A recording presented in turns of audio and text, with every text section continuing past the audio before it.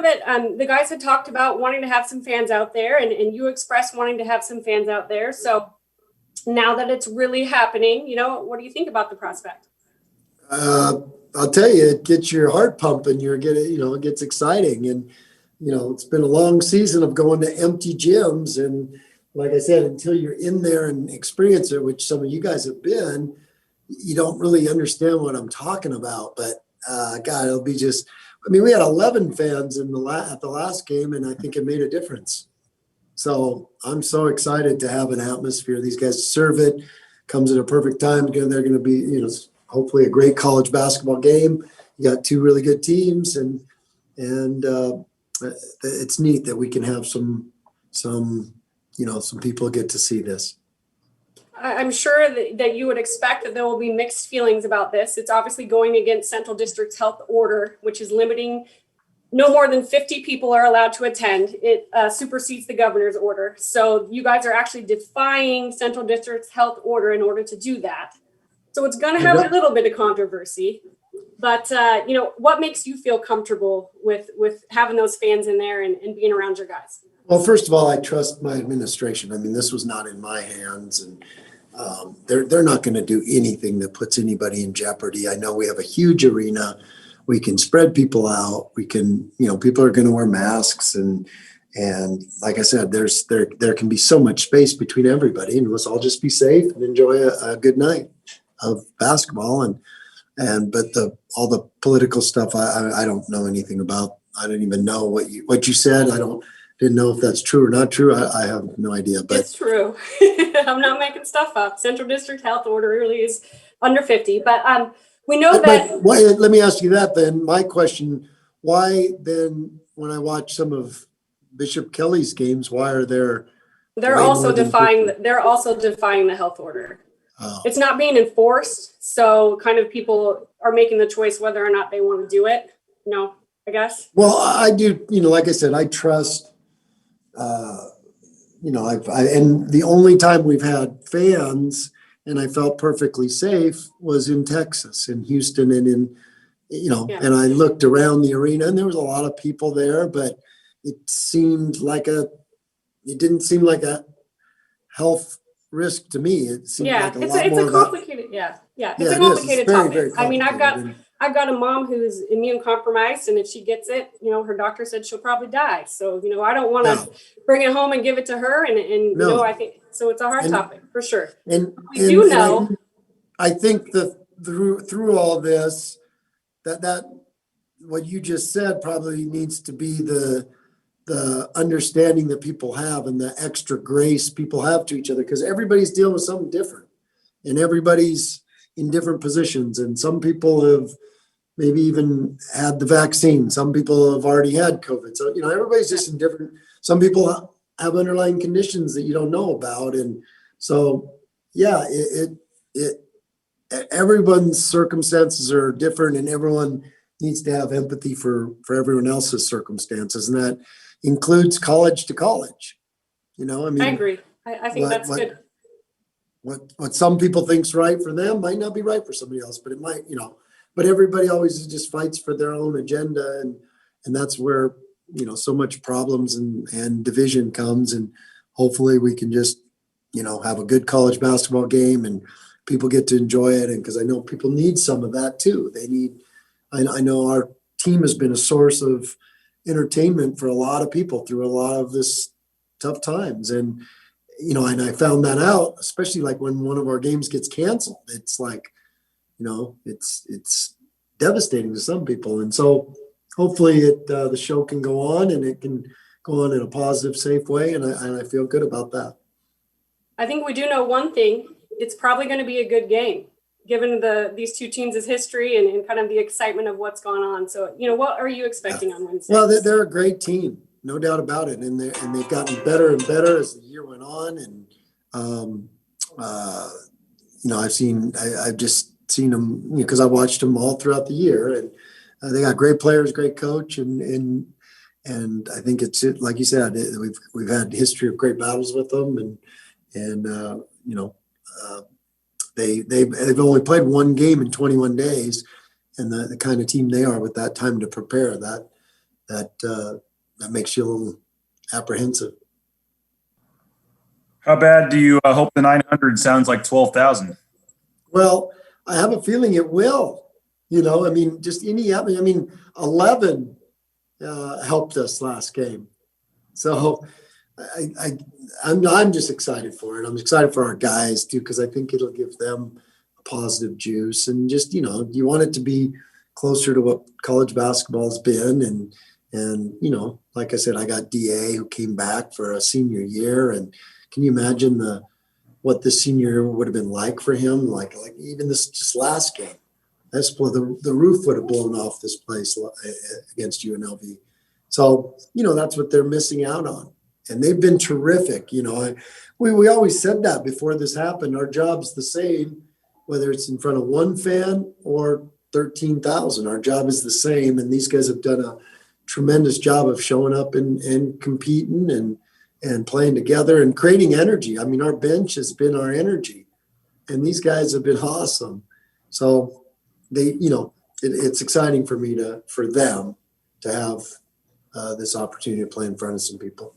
When the revised schedule came out, everybody looked at these last two series as kind of saying, okay, it's going to maybe come down to the last 4 games, or these 2 series could decide it. And to be here with 4, maybe 5 games left, depending on the Fresno game, and control your own destiny still and have first place, be on the line this week. You couldn't have asked for much more at this point, I guess. Yeah, no question about that. And, that's what I told our guys. It's a privilege to be in this position.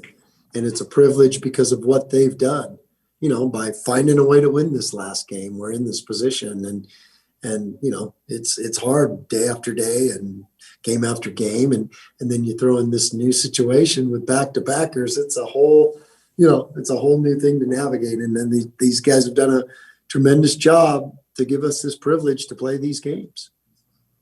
What 2 other kind of weird things I'm working on, but I'm doing a story on Bob and Abe and having to call the games remote and not be with the team this year. What can you say about what you think that challenge is like for them? Watching a game on TV and trying to broadcast it on the radio, and also just what it's like not having them around on the road. Yeah, both of it has been hard. I mean, I can't imagine. I was watching. I've been watching a million games, and I was sitting there thinking about that, like how hard would that be to call a game? You lose the emotion. You don't know what's going on. You can't see the plays coaches are moving towards, or the players, or the substitution patterns, and all the things that you pick up when you're at the game. So that's got to be just so hard to call those games when you're not in attendance. But the other thing too is, what is it? Stockholm syndrome, when you're stuck with people for so long, though we're their captors and they become part of us. It's because they travel a lot with us, and they really get to know these kids and this team and these personalities and the staff, and so it's got to be hard for them not to be ingrained in it like they usually are. And my final question, I mentioned that Fresno State game. How do you think the league is going to handle, or how should they handle, in your opinion, all of these makeup games? We saw the Colorado State Nevada series get postponed. From a league's perspective of trying to get the most teams in the tournament and stuff, and the bigger goals, how do you hope, or what have been the discussions in terms of all the makeups? I mean, I think you got to find a way. I mean, that's a problem that I haven't sliced into, and we're just trying to prepare for the games, and hopefully we can get ours in. That's what we care, that's what we're fighting for. But somehow they got to prioritize, because some of these games, I mean, that's a big series, Colorado State, Nevada.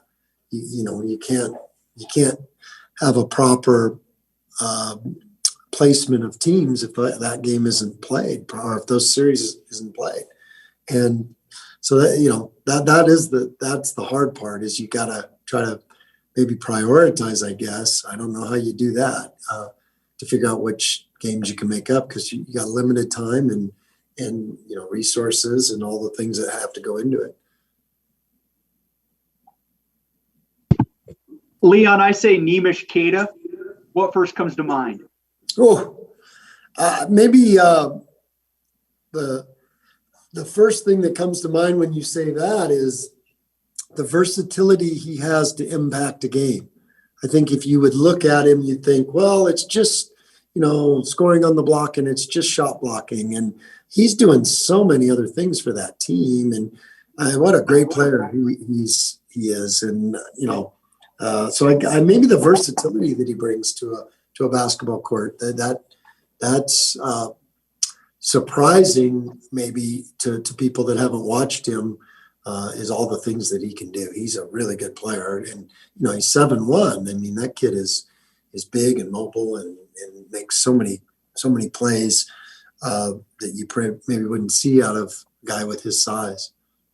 Speaking of that size, when you're going up against a guy like that with his blocking ability, what's the biggest key to success offensively in the paint? Yeah, that's a hard one. I mean, he patrols that thing really well and protects the rim, and he's a difference maker. And we played against him, for a couple of years now, and we know what an impact he can have. That's easier said than done situation.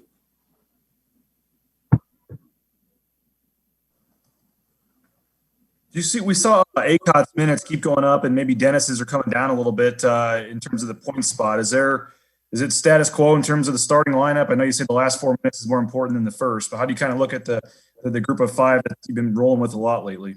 Yeah, I mean, it's been, hopefully that's the thing that if we're coaching good and our minutes will reflect who's playing the best. And hopefully we have a good enough feel for that. Sometimes, it's matchups and sometimes it's position run a little bit, but, you got to get the players that are playing the best out there on a team like this because, what do we have? Like 7 guys who have scored 20 points or something like crazy stat like that you guys came up with. But it's true. And so that's the challenge that I go into every night. Like, okay, I got to get a feel for who's really playing well and not just scoring. There's a lot of other things that go into us winning that have to be done. And so we have to try to have a great handle on who's got it that night, who's playing their best, who has the best matchup. All those things are factors in getting the guys minutes, but then it creates this new challenge too. And then you saw that at the end of the game that all of a sudden your Acot's taking the ball out of bounds on our get it in plays, and he hasn't been the one doing that.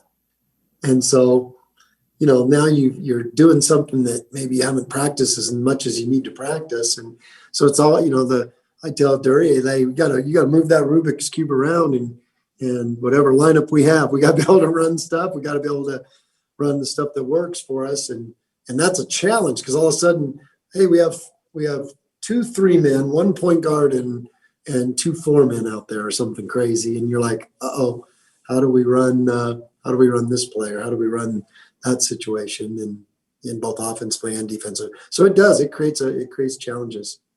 You mentioned Cada, but for them to lose Sam Merrill and some of the guys they did and not miss much of a beat, what are you seeing overall from Utah State this year? No, they've done a great job with that, and people talk about that. Well, we lost the 51st pick in the draft too. That's the guy's pretty important. Was pretty important to us for 4 years. So yeah, that I hear people saying that over and over again. They lost Sam Merrill. Well, we lost Justinian too. So both teams have done an amazing job of putting themselves in a great position after losing, some great players. Two of the better ones in the history of the Mountain West. Think about that. That is pretty crazy.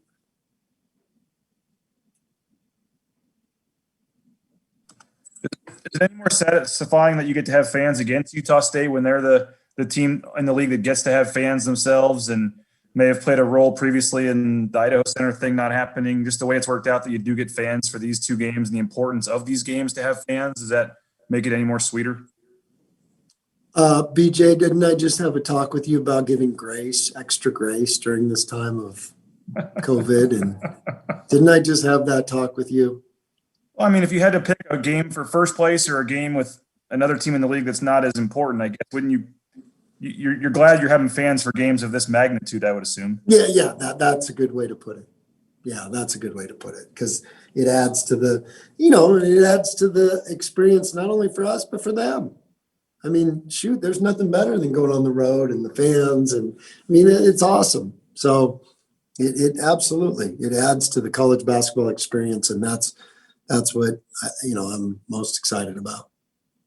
Coach AJ Salveson from 106.9 The Fan here in Logan. The bench play for the Aggies has been phenomenal as of late. Wondering what you could give me your thoughts on Ashworth and Fonzo and what this bench has been able to do. Well, they're great players, no doubt about it, and they make a huge difference. And I think that's, when you look at our team and when you look at their team, it's probably two of the biggest keys of why we're both, sitting where we're sitting, playing for a championship, both of us, because we've got good players in the starting lineup, but that's not only it. We've got both teams have great players coming off the bench that make huge differences and give both teams huge lifts. And I guarantee they wouldn't be where they are without that, and we wouldn't be where we are without the ones we have coming off the bench too. And so, they've got a situation where they've got more than 5 starters, just like us, no doubt about it. And then I wanted to ask about Justin Bean. People talk about Kettle Up. I feel like Justin Bean is just as versatile and just as impactful. What have you seen out of him? True. Absolutely. And he's we put it really good the other day that he's like one of the hardest guys to keep off the glass, one of the best energy guys in the league, and just a great basketball player. I mean, the guy that's getting, he's every time you look, he's a double. Like you can almost pencil that in every single night. And that's what a great thing to be able to have on a team. Thanks, Coach. Yep. Has someone made sure that John Anderson is going to get his ticket? Because I know he's going to be over the moon about this. I'm pretty sure he's a member of Bronco Athletic Association.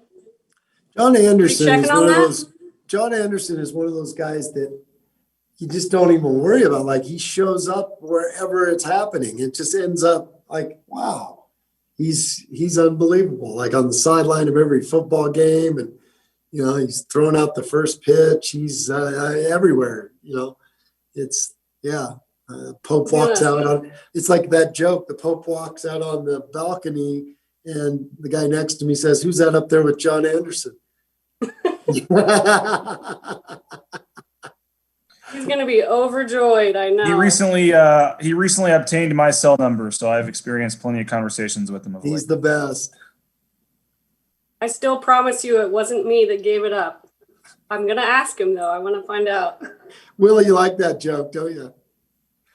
That was too good. That was too good. If I see him tonight, I'll show him this clip. Yeah, show him that clip. That's the best. Isaac or Jeff, either of you guys on the line have a question? Yeah, I was going to ask how the layoff between games is going to affect teams, and what, I guess you guys haven't dealt with that as much as other teams, but what do you think about the layoff for the Aggies? I think there's different kinds of layoffs, because I've had friends go through the one where they're shut down and they can't practice, and I think those really, really can affect you. The kind where you just don't get games might have some effect. I don't know, but that ability to be able to practice, there's some rejuvenating effects that you have, because we've played 6 games in about the last 18, 19 days, and that has an effect, no doubt about it. That's hard, and 4 straight on the road. That's difficult. But a team like that that's really, really smart and well coached, I'm not fired up about giving them 12 days to prepare for us or wherever it's been. That's to me, that seems like it'd be a pretty nice advantage, especially for a smart team like that.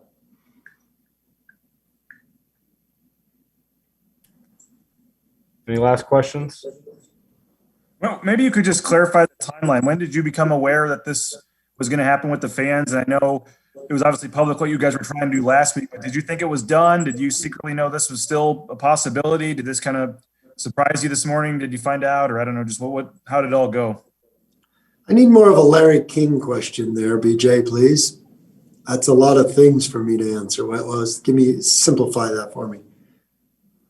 When did you find out you'd be having 9? There we go. That's good. Yeah, I found out this morning, and it was interesting because I know the administration all the way to the top has been doing an unbelievable job of trying to get this accomplished, and so I've really been hands off of it, because obviously we've been running around and have some things going on, and so these guys just are both school administration and athletic administration has just been battling to try to, to try to do this in a way that it would be enhance the basketball experience and enhance the student athletes experience. And that's what it's about. And for me too, it's about, these boosters that are heavily involved with our program and a lot of them I'm real close friends with. We miss having them there, and we want to be able to give them that opportunity to see this team that deserves to have fans there, and they deserve to be here, and all those kind of things. So,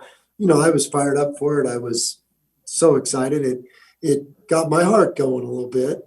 So I know if it makes me feel like that, I can't imagine what it's going to make the players feel like. You may not know this. Maybe Walsh is a better person, but do you know if the band or cheerleaders is included in that, or?